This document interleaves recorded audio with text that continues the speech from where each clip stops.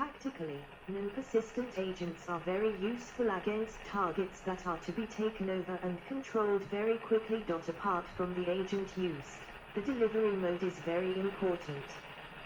To achieve a non-persistent deployment, the agent is dispersed into Verismal droplets comparable with the mist produced by an aerosol can. In this form, not only the gaseous part of the agent, around 50%, but also the fine aerosol can be inhaled or absorbed through pores in the skin. Modern doctrine requires very high concentrations almost instantly in order to be effective.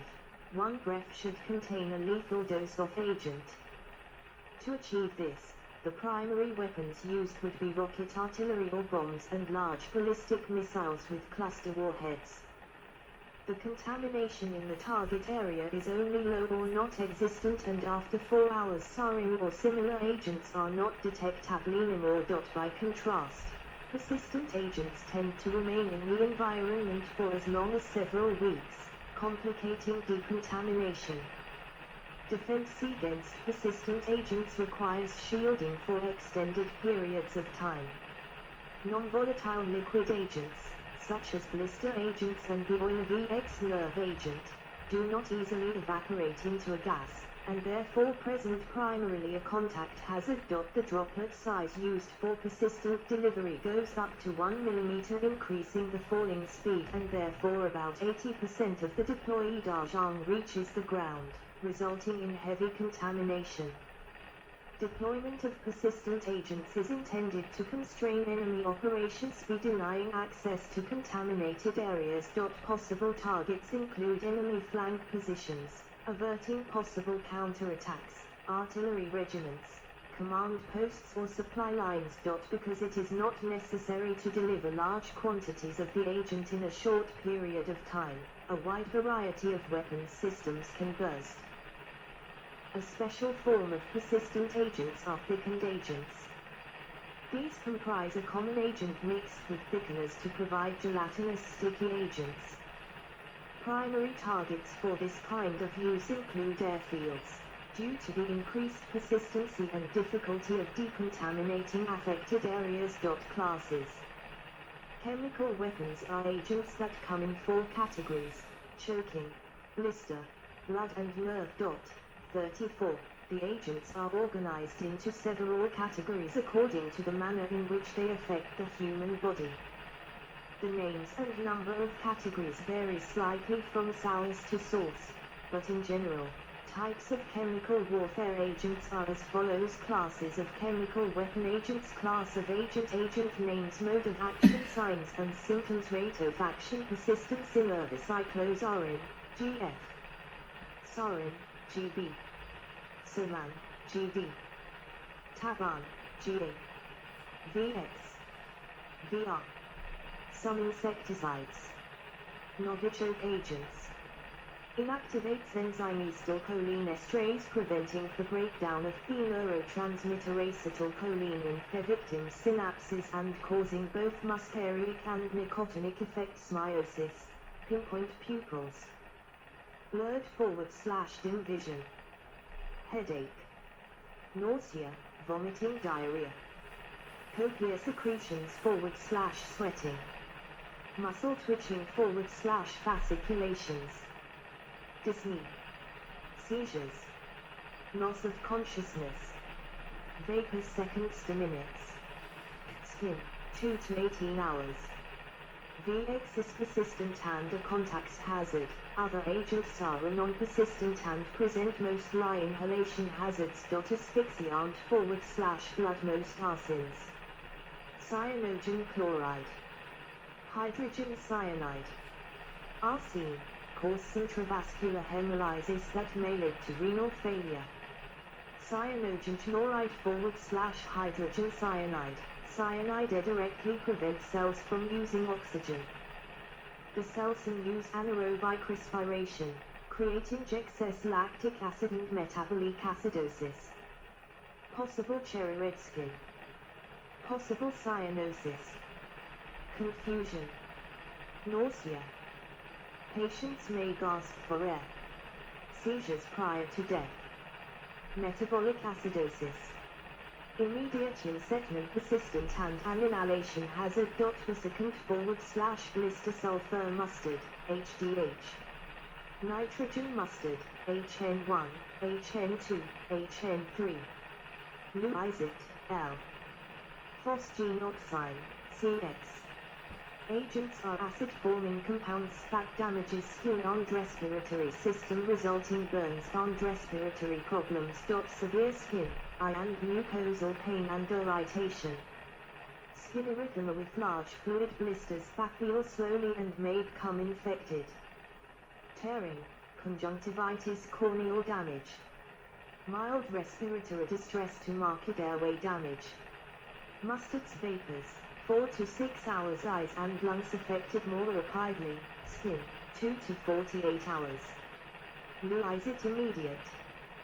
Persistent and contacts hazard. Choking / pulmonary chlorine. Hydrogen chloride. Nitrogen oxides. Phosgene. Similar mechanism to blister agents in fat compounds, airy acids or acid forming, but action is more pronounced in respiratory system, flooding it and resulting in suffocation. Survivors often suffer chronic breathing problems. Airway irritation. Eye and skin irritation. Dyspnea, cough. Sore throat. Chest tightness. Wheezing. Bronchospasm. Immediate to 3 hours. Non-persistent and inhalation hazard. Lacrimatrogen tear gas. Causes severe stinging of the eyes, powerful eye irritation. Immediate and persistent. Pepper spray. And temporary blindness. And an inhalation hazard. Incapacitating agent 15, BZ. Causes atropine-like inhibition of acetylcholine in subject. Causes peripheral nervous system effects that are the opposite of those seen in nerve agent poisoning. May appear as mass drug intoxication with erratic behaviors, shared realistic and distinct hallucinations, disrobing and confusion. Hypothermia. Ataxia, lack of coordination. Mydriasis, dilated pupils. Dry mouth and skin. Inhale 30 minutes to 20 hours. Skin, up to 36 hours after skin exposure. BZ. Duration is typically 72 to 96 hours. Extremely persistent in soil and water and on most surfaces. Contacts hazard. Cytotoxic proteins. Non-living biological proteins, such as ricin, abrin. Inhibit protein synthesis. Latent period of 4-8 hours, followed by flu-like signs and symptoms. Progress within 18-24 hours to inhalation, nausea, cough, dyspnea, pulmonary edema. Ingestion, gastrointestinal hemorrhage with emesis and blood diarrhea, event liver and kidney failure. For 24 hours, see symptoms. Exposure, the inhalation or injection causes more pronounced symptoms and symptoms than exposure. The ingestion slight, agents degrade quickly in environment. There are other chemicals used militarily that are not scheduled by the CWC, and thus are not controlled under the CWC treaties. These include defoliants and herbicides that destroy vegetation, but are not immediately toxic or poisonous to human beings. The use is classified as herbicidal warfare.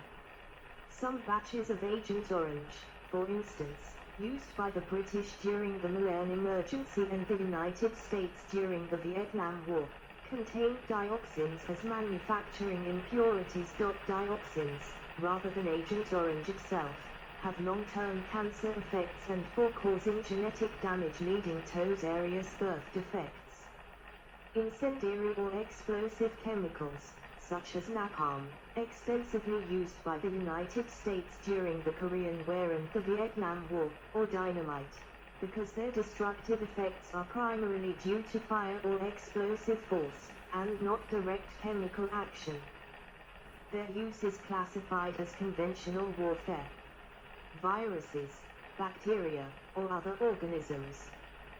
Their use is classified as biological warfare. Toxins produced by living organisms are considered chemical weapons. although the boundary is blurry. Toxins are covered by the Biological Weapons Convention. Designations. Most chemical weapons are assigned a 1 to 3 letter NATO weapon designation in addition to, or in place of, a common name. Binary munitions, in which precursors for chemical warfare agents are automatically mixed in shell to produce the agent just prior to its use, are indicated by A-2 following the agent's designation, for example, GB2 and VX2. Some examples are given below. Blood agents for second cyanogen chloride, CK. Hydrogen cyanide, AC. Luizit, L. Sulfur mustard, H, HD, HS, height. Pulmonary agents incapacitating agents phosgene, CG. Quinuclidinyl benzylate, BZ. Lacrimatory agents, nerve agents, pepper spray, OC. Sarin, GB. Tear gas, CN, CS, CR. VE, VG, VM, VX. Delivery. The most important factor in the effectiveness of chemical weapons is the efficiency of its delivery, or dissemination, to a target. The most common techniques include munitions, such as bombs, projectiles, warheads, that allow dissemination at a distance, and spray tanks which disseminate from low-flying aircraft. Developments in the techniques of filling and storage of munitions have also been important. Although there have been many advances in chemical weapon delivery since World War I, it is still difficult to achieve effective dispersion. The dissemination is highly dependent on atmospheric conditions because many chemical agents act in gaseous form. Thus weather observations and forecasting are essential to optimize weapon delivery and reduce the risk of injuring friendly forces. Dispersion.